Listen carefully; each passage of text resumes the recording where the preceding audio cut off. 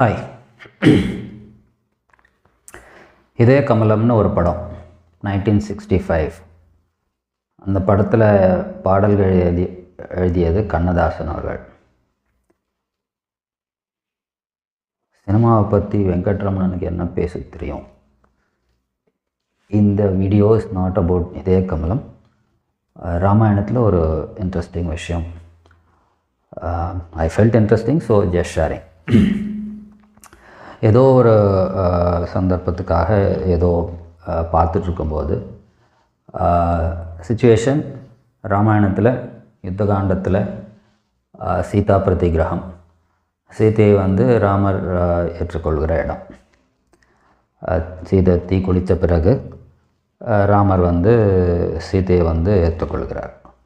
அந்த இடத்துல பேசும்போது ராமர் சொல்லுகிற ஒரு வார்த்தை வால்மீகியில் இருக்குது. அனன்யாஹி மயா சீதா பாஸ்கரேண பிரபாயத்தா. எங்களுடைய அந்யோன்யம் அப்படி இருந்தது அப்படின்னு சொல்ல வர்றார். சூரியனுடைய ஒளியை போலே அப்படி இருந்ததுன்னு சொல்கிறார்.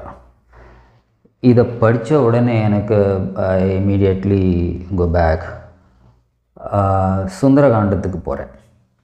சுந்தரகாண்டத்தில் சீதா தேவி சீதாராமர்களுடைய ஒற்றுமை அந்யோன்யத்தை பற்றி பேசுகிறான். சீதா பேசும்போது என்ன சொல்கிறா? ஸ்வச்சலாதேவி சூரியனோட இருந்தது போலவும், சசிதேவி இந்திராணி இந்திரனோடு இருந்தது போலவும், ரோஹிணி சந்திரனோடு இருந்தது போலவும், சுகன்யா சிவனரோடு இருந்தது போல, வசிஷ்டர் அருந்ததி போல, லோபாமுத்ரா அகஸ்தியரோட, தமயந்தி நடனோடு இருந்தது போல், இப்படி வரிசையாக அடுக்கி அவ்வளோ பேரை சொல்லி அப்படியெல்லாம் அந்த பெண்மணிகளை போல நானும் மொத்தமாக என்னுடைய கணவனே உயர்ந்தவன் என்று அவர் கூடவே இருக்கணும் அப்படின்ற மாதிரி நான் வாழ்ந்து கொண்டிருக்கிறேன் அப்படின்னு சீத்தை சொல்கிறா.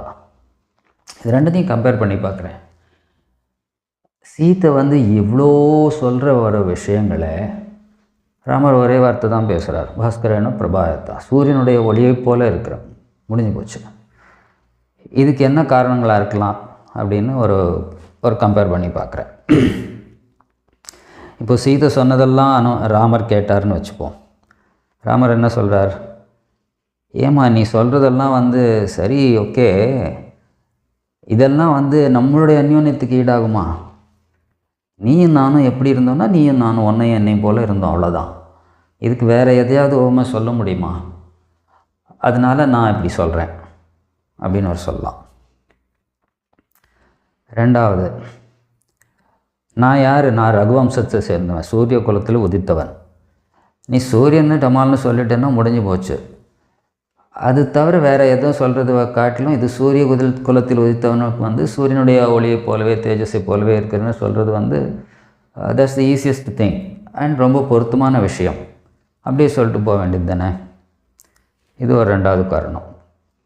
மூன்றாவது ஒரு காரணம் சொல்லலாம். நீ சொல்கிற உதாரணங்கள் எல்லாமே இரண்டு மனிதர்கள் ஒற்றுமையாக இருக்கிறது, ரெண்டு தனிப்பட்ட விஷயங்கள் ஒன்றாக ஆகிறது பற்றி நீ பேசுகிற. ஒரு தம்பதிகள், இரண்டு இண்டிவிஜுவல், அவங்க எப்படி ஒற்றுமையாக இருக்காங்கன்னு பேசுகிற. நான் பேசுகிறது ஒன்றாக இருக்கிறது எப்படி பிரிக்க முடியாததாக இருக்குதுன்னு பேசுகிறேன், எப்படி ரெண்டாக ஆகாதது அப்படின்னு பேசுகிறேன். நான் சொல்கிறது தானே அப்போது பெட்டராக இருக்க முடியும் ஒரு ஒற்றுமையாக சொல்லக்கூடிய இடத்துல. இப்படி ஒரு 3 காரணங்கள் இருக்கலாம் ராமர் சொல்கிறதுக்கு அப்படின்னு நினச்சி பார்க்கலாம். சரி, இந்த விஷயங்கள் சீதாவுக்கு தெரியாதா? ராமருடைய மனைவி தானே. இந்த விஷயங்கள் சீதாவுக்கு தெரியாதா? அப்போது சீதா அதை எப்படி ஜஸ்டிஃபை பண்ணுவா? இது பாருப்பா, உன்னோடைய ஆடியன்ஸ் வேறு, என்னோடய ஆடியன்ஸ் வேறு. நான் பேசுகிறது ராட்சசிகள்கிட்ட. ராட்சசிகள் பெண்மணிகள் தான் அங்கே. வேறு என்னை சுற்றிலும் இருந்தது அரக்கிகள், ராட்சசிகள். இந்த ராட்சசிகள்கிட்ட நான் பேசும்போது அவங்களுக்கு ஓரளவுக்கு புரிகிற அளவுக்கு தான் நான் பேச முடியும். அந்த சிச்சுவேஷனுக்கு நான் பேசினது கரெக்டு. எது சரிங்கிறத விட என்னுடைய communication is more important at that stage. ஒன்று. ரெண்டாவது, என்ன நீ வந்து சுந்தரகாண்டம் முடிஞ்சு அதுக்கப்புறம் யுத்தத்தில் ஜெயிச்சு யுத்தகாண்டம் வந்ததுக்கப்புறம் தானே வந்து அக்னி பிரவேசம்லாம் நடக்க போகிறது. அந்த அக்னி பிரவேசம் நடந்த பிறகு தானே அக்னி பகவான் இவளுடைய தேஜஸை என்னாலே தாங்க முடியலன்னு என்னை திருப்பி கொண்டு வந்து உன்கிட்ட சேர்க்கும்போது சூரியனுடைய ஒளின்னு சொல்கிறது வந்து அந்த சமயத்தில் வந்து ஒரு ப்ரூஃப் கிடச்சதுக்கப்புறம் நீ பேசின. அதுக்கு முன்னாடி வந்து நானே சொல்கிறது அவ்வளோ அழகாக இருக்காது இல்லையா? அது நானே சொல்கிறது. ஸோ அது ஒரு அந்த இடத்துல அது காமிச்சப்புறம் பேசுகிறது வந்து கரெக்டானதாக இருக்கும். அது ரெண்டாவது காரணம். மூணாவது காரணம், இதெல்லாம் வந்து நீ சொல்லி நான் கேட்டுக்கிறது தானே எனக்கு பெருமை. நானே சொல்லிக்கிறத விட அந்த ஒரு ஹையஸ்ட் லெவலில் வந்து சொல்ல வேண்டியது நீ தான். அந்த ஹையஸ்ட் லெவலில் நீ சொல்கிறது தான் எனக்கு பெருமை. அந்த பெருமைக்காக நான் அந்த அப்படிப்பட்ட ஒரு ஓமையை நான் சொல்லலை அப்படின்னு சொல்லலாம். சரி, ஆனால் இப்போ இந்த ராமர் சொன்னது வந்து ஹவ் வேலிட் இஸ் இட்? அது வந்து இவர் யார்? செடியை கொடியை சீதையை பாத்தியா, மானே மயிலே சீதையை பாத்தியான்னு காடு மனையிலெல்லாம் அவர் வந்து தேடுன்னு புலம்பி வந்துட்டு இங்கே வந்து சூரியனுடைய ஒளியில் சூரியனிடத்திலிருந்து ஒளியை எப்படி பிரிக்க முடியாதோ அப்படி நாங்கள் ஒன்றா இருந்தோம் சொல்லியப்பா, இது இருந்தோம் கொஞ்சம் ஒத்து வராத மாதிரி இருக்கே, இங்கே பொருந்தாத மாதிரி இருக்கே அப்படின்னா, இங்கே மகாபெரிவர் நம்மளுக்கு காமிச்சிருக்கிற ஒரு மேக்ஸிம். ஒரு முஸ்லீம் தையல்காரர் அவர் மகாபெரியவர்கிட்ட வந்து நான் தைச்சி கொடுக்குறத நீங்கள் போட்டுக்கணும் அப்படின்னு அவர் என்னமோ பட்டாடைகள்லாம் கொண்டு வந்து கொடுக்கும்போது மகாபெரியவர் சொல்கிறார், நான் சன்னியாசி காவி உடுத்தின்னு இருக்கேன், எனக்கு நான் இதெல்லாம் எப்படிப்பா நான் பண்ணுறது அப்படின்ட்டு, நீ வந்து நான் போகிற இடத்துக்கெல்லாம் இந்த யானையெல்லாம் கூட்டிகிட்டு போகிறேன், நீ ஒரு முகப்படாமல் பண்ணி கொடு, நான் ஏற்றுக்கிறேன் அப்படிங்கிறார். அந்த கேம்பிலிருந்து மகாபெரிவா கிளம்பும்போது இந்த அன்பர் சொல்கிறார், சுவாமி நானும் உங்கள் கூடவே வந்துடுறேனே. இப்போ மகாபெரிவார் சொல்கிற வார்த்தையை கவனிக்கணும். நீ என்னை எப்பவும் மனசுலேயே நினச்சிட்டே இருக்கேன்னா அப்போ நான் உன் மனசில் இருந்துகிட்டே இருக்கேன் தானே அர்த்தம், நான் உன் கூடவே இருக்கேன் தானே அர்த்தம் அப்படின்னு மகாபெரிவா கேட்குறார். ஸோ இது தெய்வத்தினுடைய வார்த்தை. இது மாடர்ன் சைக்காலஜி என்ன சொல்லுது, இப்போ நான் ஒருத்தரை நினைத்து கொண்டே இருக்கிறேன்னா அந்த அவர் என்ன நினச்சி கொண்டே இருக்கிறாருன்னு அர்த்தம். ஒருத்தர் வந்து இன்னொருத்தர் நினச்சிட்டே இருக்காருன்னா அந்த இன்னொருத்தர் வந்து இவங்கள நினச்சிட்டே இருக்காருன்னு தான் அர்த்தம். That is psychology. So that fits in. சரி, இது வந்து இன்னொரு விதத்தில் எப்படி பார்க்கலாம் அப்படின்னா, இது வந்து வால்மீகியில் எப்படி இருக்குது, கம்பன் என்ன சொல்லியிருக்கார் பார்க்கலாம் அப்படின்னு கொஞ்சம் தேடி பார்த்தேன். கம்பனில் இந்த 2 இன்ஸ்டன்சஸுமே இல்லை, நான் தேடின வரைக்கும் இல்லை. ஸோ கம்பன் வந்து அதுக்கு அவர் அதை நீக்கினதற்கு வந்து இன்டென்ஷனில் தான் விட்டுருப்பாருன்னு ஒரு thought. But that's a separate thing. கம்பனில் அது இருக்க மாதிரி இல்லை. கம்பன் இதை சொல்லாமன்றதுக்கு வேறு காரணங்கள் இருக்கலாம். So that's a different thing.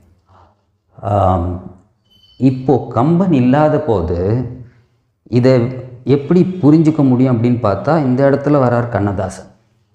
இந்த இதய கமலம் படத்தில் அவர் என்ன மூடில் இருந்தாரோ தெரியல, அவர் எழுதியிருக்கிற பாட்டுகள் பார்த்திங்கன்னா தோள் கண்டேன் தோளே கண்டேன், இது யார் ராமரை பார்த்து சொல்லப்பட்ட வார்த்தைகள், அதை அப்படியே இந்த இடத்துல கொண்டு வந்திருக்கார். தோள் கண்டேன் தோளே கண்டேன் அப்படின்னு அந்த ஒரு பாட்டு எழுதியிருக்கார். இன்னொரு பாட்டு, நீ போகும் இடமெல்லாம் நானும் வருவேன், நீ வாழும் இடமெல்லாம் நானும் வருவேன். இது பாட்டு இது அப்படியே வந்து சீதை வந்து ராமர் கூட வனவாசம் போகிறதுக்கு அந்த மாதிரி அப்படியே பக்காவாக பொருந்துகிற மாதிரியான வார்த்தைகள். பட் நம்முடைய சப்ஜெக்ட் வரும்போது இன்னொரு பாட்டு எழுதியிருக்காரு, உன்னை காணாத கண்ணம் கண்ணல்ல, உன்னை எண்ணாத நெஞ்சம் நெஞ்சல்ல, நீ சொல்லாத சொல்லும் சொல்லல்ல, நீ இல்லாமல் நானும் நான் அல்ல. அது வந்து இந்த வார்த்தை ராமரோட வார்த்தை கூட எப்படி அப்படியே பொருத்தமாக இருக்குன்னு பாருங்கள். இந்த மாதிரி ஒரு ராமாயணத்துக்கு பொருந்தக்கூடிய ஒரு பாடலாக இந்த படத்தில் கண்ணதாசன் எழுதி வச்சிருக்கார். நீ ஒரு பாதி நான் ஒரு பாதி, யார் பிரிந்தாலும் வேதனை பாதி, என்னமோ அந்த மாதிரி வரும் அந்த பாட்டு. டைம் இருக்கிறவங்க அந்த ஃபுல் பாட்டு உட்காந்து படிக்கலாம். இது என்ன மாதிரி என்னென்னா, ஸ்ருங்கார ரசத்தில் தனியாக இருந்து புலம்புறது வந்து அது ஒரு அது ஒரு வகை.